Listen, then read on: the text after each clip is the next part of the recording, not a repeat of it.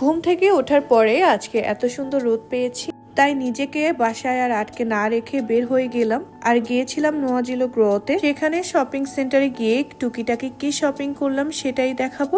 So hello everyone, welcome to my blog. সকালে ঘুম থেকে উঠে জানালা খুলে এত সুন্দর রোদ পেলাম। এই রোদে মনে হচ্ছিল আজকে একটু বের হওয়াই যায়। বিগত কয়েকদিন ধরে আমি বাসা থেকে বের হচ্ছি না, কারণ এই ঠান্ডায় আমার মনে হয় না আমি কোথাও বের হই। তাই ভাবলাম নোয়াজিলো গ্রোতে যাব, সেখানে শপিং সেন্টারে।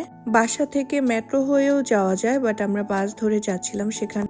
আজকের দিনে হাঁটাচলা করতেও আমার বেশ ভালো লাগছে, কারণ এত সুন্দর মিষ্টি রোদ। এই ঠান্ডার ভেতর রোদগুলো গায়ে এসে পড়লে কি যে ভালো লাগে। বাসায় থেকে থেকে আমি যে হারে ওয়েট গেইন করেছি ফেস দেখলেই বোঝা যায়। এছাড়া এই শীতের কারণে আমি জিমও অফ দিয়েছি, কারণ আমার জিমে যেতেও কষ্ট হয়। শপিং সেন্টারে যাওয়ার আগে আমরা যেখানে বাস স্টপে নেমেছিলাম সেখান থেকে হাঁটার পর 10 মিনিট, আর হাঁটতে হাঁটতে একটা পার্কের মতো জায়গা পেলাম। অনেকদিন পর দেশের পুকুরের মতো হাঁস পাওয়া গেল। আমি মজা করে ওদেরকে ডাকতেছিলাম, ওরা আমাকে দেখে দৌড়ে যাচ্ছিল।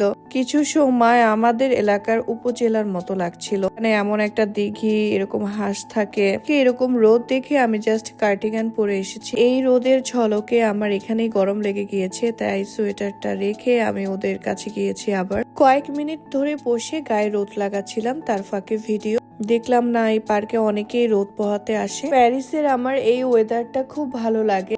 অতিরিক্ত ঠান্ডা না, রোদ থাকবে, আর হচ্ছে বসন্তকালটা, কারণ চারপাশে এত নতুন নতুন পাতার আগমন থাকে। তো চলো এখন শপিং থেকে বলা শুরু করি। চলে আসলাম নিউ ইয়র্কারের ভিতরে। আজকে মলে আসার পর এখান থেকে আর কোনো একটা স্টোরে যাইনি। আজকে শপিং ডেট হচ্ছে হাজবেন্ডের জন্য, তো আমি তার জন্য কিছু চুজ করতেছিলাম। তার মধ্যে এই হুডিটা দেখলাম, আর এটা যদি তাকে নিয়ে দেই প্রত্যেকটা মানুষ তাকে বলবে যে উল্টো হুডি ক্যারি করেছে। তাই ওখান থেকে চলে আসলাম জিন্সের কাছে। আর সে জিন্স কিনুক, টি শার্ট কিনুক, যেটাই কিনুক না কেন আমার পছন্দ ছাড়া কিনে না। আমাকে দেখাবে, ট্রায়াল দিবে। আমি যদি বলি এটা সুন্দর, এটা পারফেক্ট, সেটাই নিবে। আর যতক্ষণ কিছু না বলবো সেটা সে নিবে না, প্রয়োজনে কিনবে না।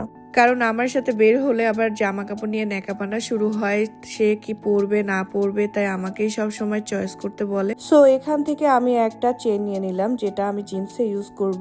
ভেবেছিলাম আমি কিছু কিনবো না, তাও ফাঁকে চোখে কিছু ট্রায়াল দিতে হয়। আর এটার ভিতর না হলেও 3টা ট্রায়াল রুম আছে। প্রত্যেকটা ট্রায়াল রুমে মানুষ এই অবস্থা করে গিয়েছে। আর এখানে আমার হাজবেন্ড একটু টি শার্ট দেখতেছিল, খুব কম প্রাইসে ছিল, 6-7 ইউরো করে। যাই হোক, আর ভিডিওর শেষে বলে দিই আমাদের কিন্তু এখানে আসার কথা ছিল না। আমি হয়তো ভিডিওতে ফার্স্টে বলেছি, বাট একেবারেই আসার কথা ছিল না। অ্যাকচুয়ালি রোদ দেখে হাঁটার উপরেই বের হয়েছিলাম, তারপরে ভাবলাম এখানে আসি, কারণ শপিং সেন্টারের আশেপাশেই ছিলাম। এই শপিং মলে আর কোথাও যাব না আজকে। আর প্রত্যেকবার এই জায়গাটা আসলে মিস্টার ফুডে আমরা যাব, কারণ এখানে এই স্যান্ডউইচ মানে পা নরমালটা এত মজার হয়, মিট গুলো পুরো সলিড লাগে। খাওয়া দাওয়ার পরেই এর পাশে একটা বুশারি আছে, যেখান থেকে আমরা মিট কিনে থাকি। এত দূর থেকে সব সময় কিনে তো নেই না, বাট এই জায়গাটা আসলে কিনে নিয়ে যাই। প্রত্যেকদিন মিট খেতে খেতেই আমার শরীরের আজকে এই কন্ডিশন। এখন আমরা বোল্ট ইনভাইট করেছি, আসলেই চলে যাব। আর আমি যে সোয়েটার পরে এসেছি আমার একটু একটু ঠান্ডা লাগছিল। আকাশের চাঁদটাও আজকে সুন্দর ছিল। আজকের ব্লগটা ছিল এই পর্যন্তই, one kind off day blog বলা যায়।